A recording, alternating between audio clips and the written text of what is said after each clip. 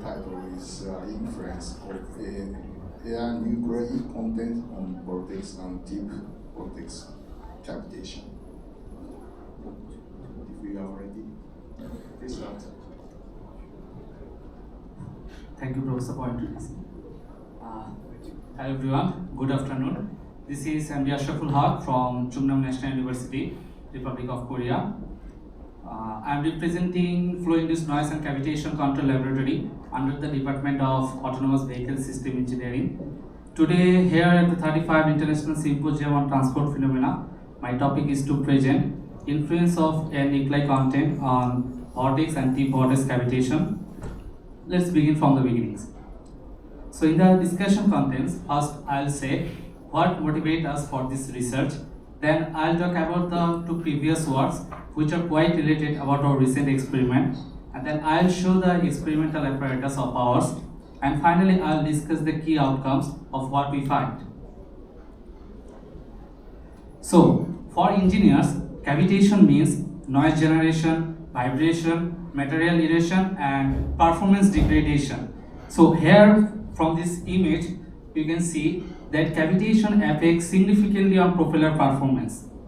So, by understanding and controlling cavitation, engineers can design more efficient propeller. The dissolved air content in water directly influences the number and size distribution of cavitation nuclei. Here you can see that at a fixed flow condition, we can see a significant difference between these two DO contents. Here the angle of attack is fixed and the flow condition is fixed. Except DO, the condition is fixed and we can see a noticeable difference between the two DO content. So, in this experiment, our main objective is to find the inception and desinence cavitation numbers under varying air content conditions and for vortex cavitation and deep vortex cavitation, which will provide the meaningful insights for strategies in practical flow environments.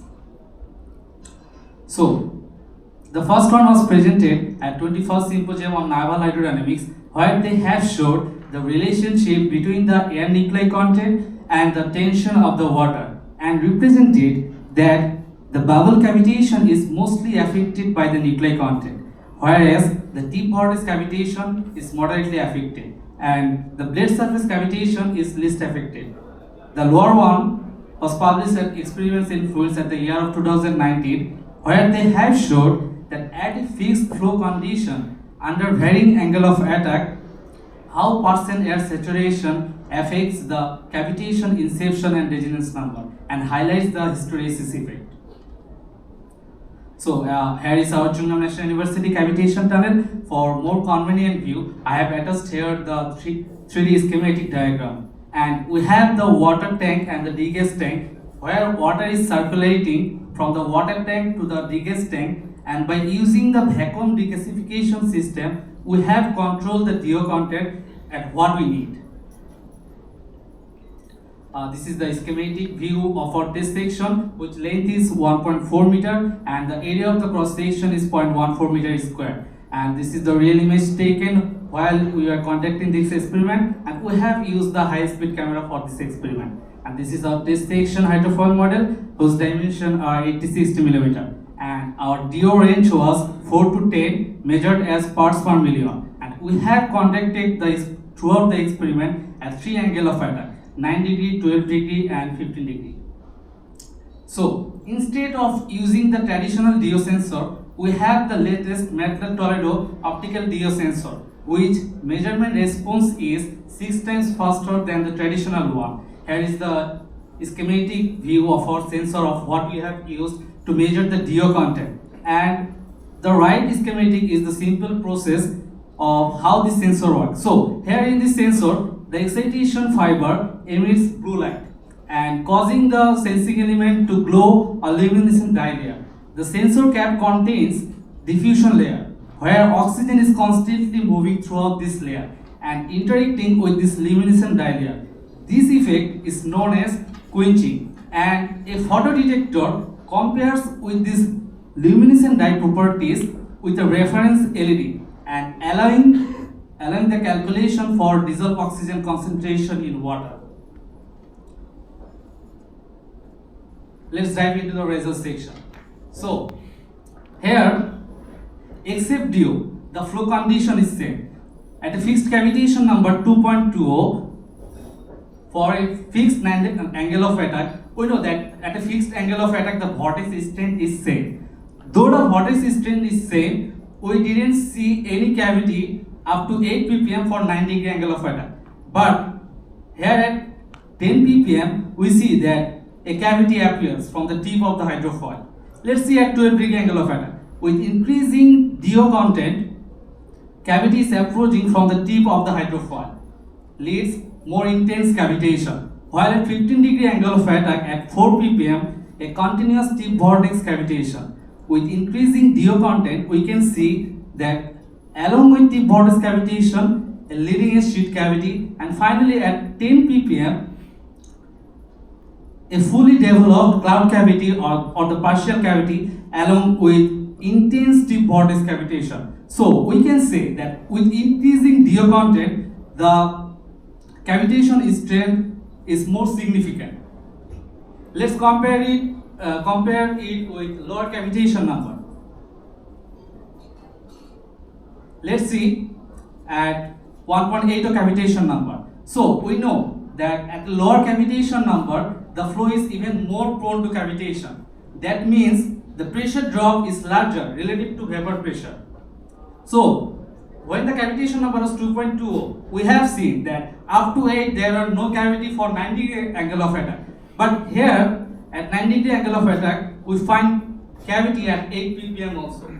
That means at lower cavitation number, the flow is even more prone to cavitation. It leads to visible more intense cavitation. At 12 degree angle of attack with increasing DO content, here we can also see the difference between the cavitation, right? And while at 15 degree angle of attack at 4 ppm, a fully developed partial cavity along with tip vortex cavitation. While at 10 ppm, the vortex is breaking down. Due to the pressure shock waves, it interacts with the tip vortex cavitation, and that's why the vortex is breaking down for 10 ppm. So here we find another interesting thing. We actually didn't know that where the cavity incepted. By vortex cavitation inception, it means that when the vortex core is strong enough that the vortex core pressure falls below the vapor pressure and air nuclei is entering into that vortex system and cavity incepted. So here we can see that for 3 angle of attack and for 4 DO content, the appearance of the cavity or the air nuclei is not fixed. Rather, it appears randomly.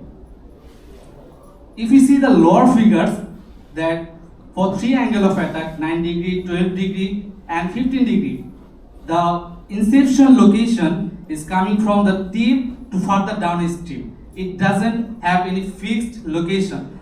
This randomness in inception location is expected because the formation of the first cavity depends on when and where a suitable nuclei finds the right low pressure environment.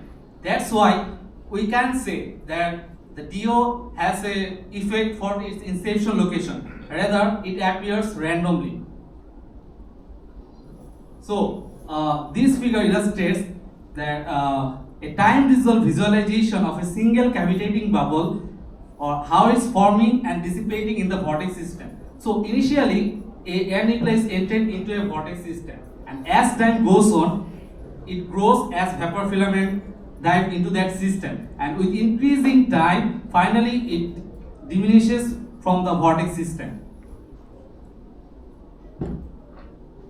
So here, I've already mentioned that what does it mean by vortex cavitation inception. By vortex cavitation desinence, it means that there are no cavity in that vortex system.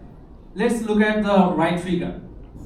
Here we can see that with increasing DO content, both the cavitation inception and desinence number increasing across all angles of attack. But here is a noticeable thing that there is always a difference between the cavitation, inception and desinence number for all angle of attack.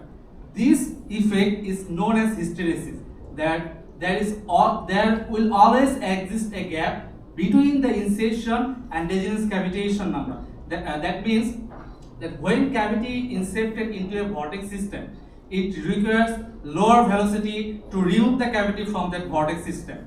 That's why the cavitation desinence number is always higher than the cavitation inception number, and this effect is known as hysteresis effect. So here I have just compared the DO effect for the lower DO we have taken for this experiment and the higher DO. So and the right bar chart shows that how much DO increase when you go from a low DO to a high DO. It shows the quantitatively measurements. So we can see that both inception and for desinence cases, when you go from a low to high DO, it has significant effect for inception cases and for also desinence cases. When you go from a low to high DO, it has shows a significant effect. So in our case,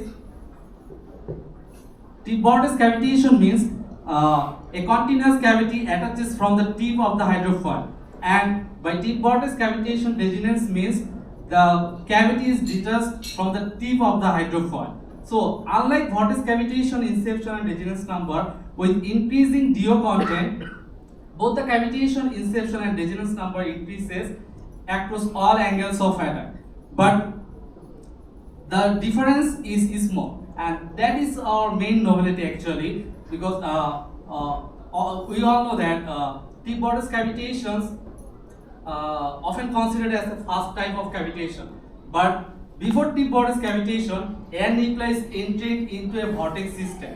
That's why we can see that for vortex cavitation, it has significant difference for DO, but for tip vortex cavitation, the difference is less. Let's see for the quantitative measurements.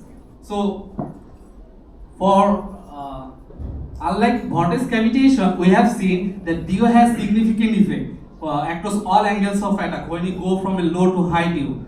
But here for tip vortex cavitation inception, though it has effect, but the effect is less than the vortex cavitation.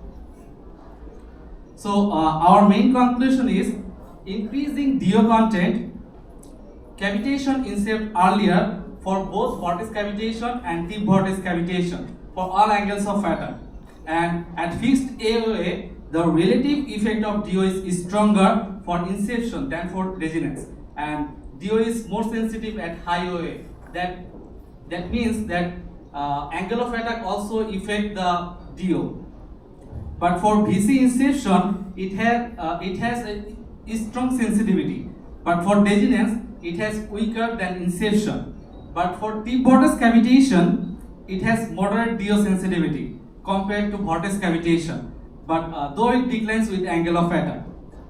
And for desinence, it has stronger than inception.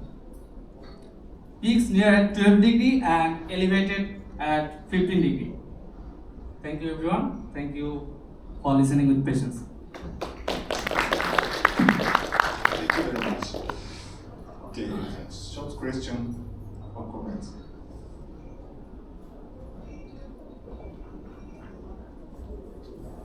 I have one. The generic bubble is collapse or disappear in the downstream region? Yes, please. Disappear. At the downstream region. From the tip, it is further going to the downstream and finally collapse.